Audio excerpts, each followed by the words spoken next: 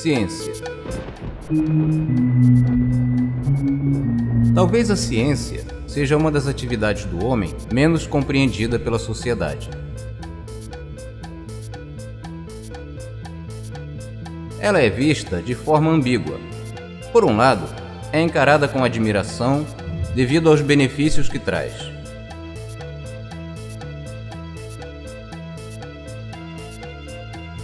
Por outro lado, é temida e responsabilizada por grande parte dos males que assolam a sociedade. Um estudo realizado com crianças e jovens de diversas idades sugere que existe uma ideia estereotipada da ciência, bem diferente daquela expressa pelos cientistas mais experimentados. Segundo essa ideia, o cientista é um indivíduo lógico e objetivo, pouco criativo, sem imaginação e despojado de sentimentos, despojado de emoções. Este estereótipo surge cedo em nossa vida. Resultados desse estudo mostram que ele já é observado em crianças de 6 a 7 anos. 910 crianças de escolas brasileiras expressaram sua visão do cientista através do desenho. Nesses desenhos, crianças entre 6 e 8 anos retrataram o cientista como um indivíduo isolado, circundado por todo tipo de vidraria e tubos de ensaio. Para a maioria das crianças, o cientista é do sexo masculino, como se a ciência não fosse uma atividade exercida também por mulheres. Esses desenhos eram muito similares entre si, e curiosamente, essa imagem do cientista ainda é comum entre os estudantes de 17 e 18 anos, época em que o jovem vai para a universidade e precisa escolher sua carreira. Esse estereótipo observado no Brasil repetiu-se em diversos países. Pedimos a 1.340 estudantes, entre 10 e 17 anos, dos Estados Unidos, França, Itália, Chile, México, Índia e Nigéria para desenharem o cientista. Suas feições, quando não são totalmente apáticas, sem emoções, têm frequentemente um aspecto enlouquecido e às vezes até maléfico.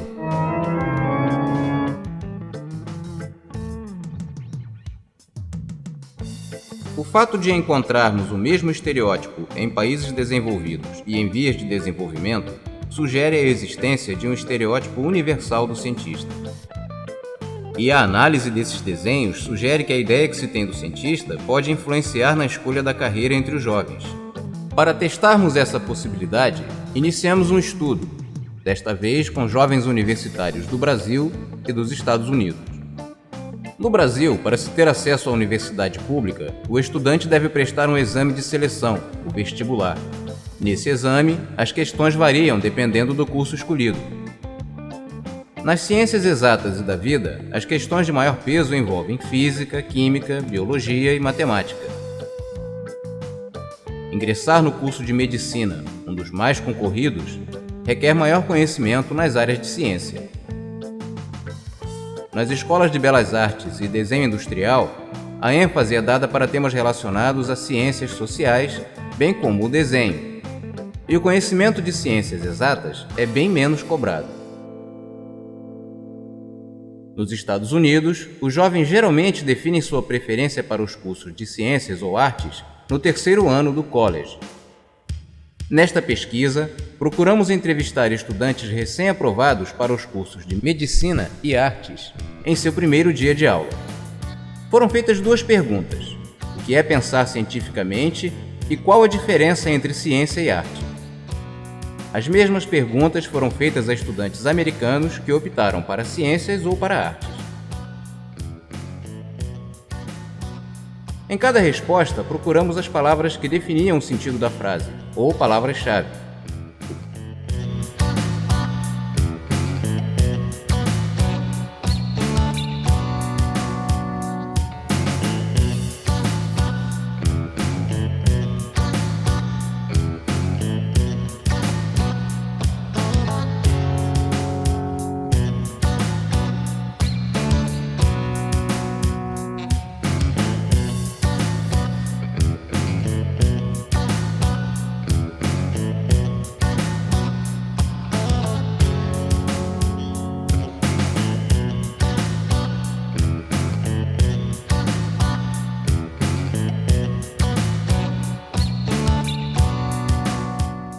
conteúdo das respostas foi agrupado em duas categorias: método e lógica, quando mencionavam as palavras-chave método, lógica, precisão ou pensamento crítico.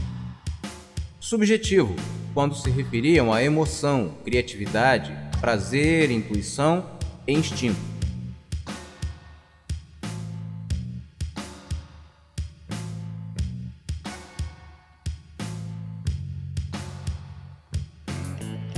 Para nossa surpresa, as respostas foram muito semelhantes, independente do país e mesmo do curso escolhido. Praticamente todos definiram ciência como algo metódico e lógico, sem interferência de fatores subjetivos. Já as artes foram definidas como algo eminentemente subjetivo, com grande envolvimento de criatividade e emoção, e muito pouca interferência de método e lógica. O que também chama a atenção é a baixa frequência com que os jovens dos dois países referem-se a fatores cósmicos, como o grande esquema, o universo, a natureza. A uniformidade das respostas sugere que, ao escolherem sua carreira, os estudantes levaram em conta a sua avaliação do que seja ciência, uma atividade desprovida de emoções ou criatividade. Para verificar se de fato o subjetivo e o cósmico não são características necessárias à prática da ciência, perguntamos o que é pensar cientificamente a 22 cientistas de grande destaque no cenário internacional. Em suas respostas, totalmente distintas, os cientistas mencionaram o cósmico, o método, a lógica e, em grande parte das respostas, citaram fatores subjetivos. Este resultado indica que a opinião dos estudantes brasileiros ou americanos a respeito das características subjetivas de uma carreira são totalmente errôneas.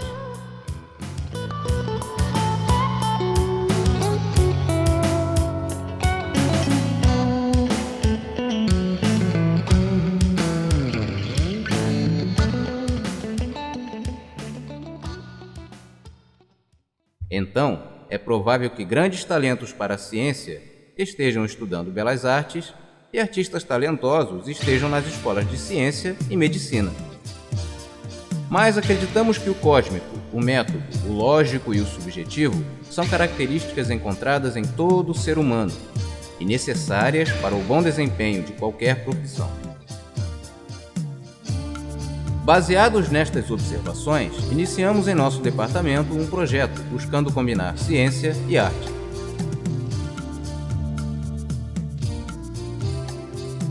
Geralmente, os músicos, pintores, atores, escritores, poetas e artistas em geral expressam com sua linguagem o amor, paisagens, a natureza, relações interpessoais, enfim, o mundo que conhecem. Porém, não estão familiarizados com o microcosmos dos átomos e das células, e, portanto, pouco sabem da beleza dos sistemas e princípios que regem a natureza, tema central da ciência.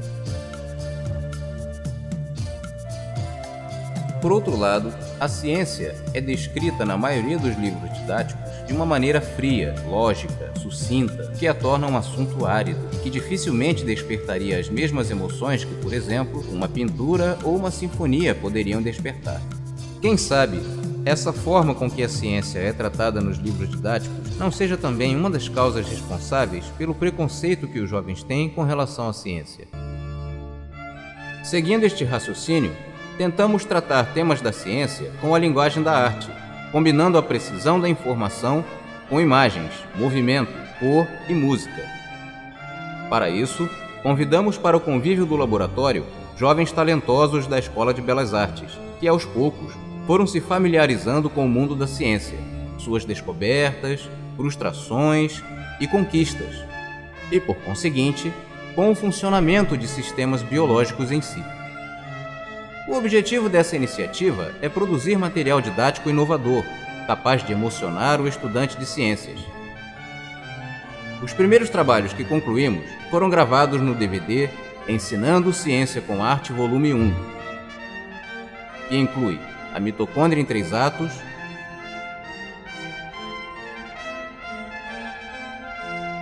o ciclo de Krebs e uma breve história do conhecimento, a explosão do saber.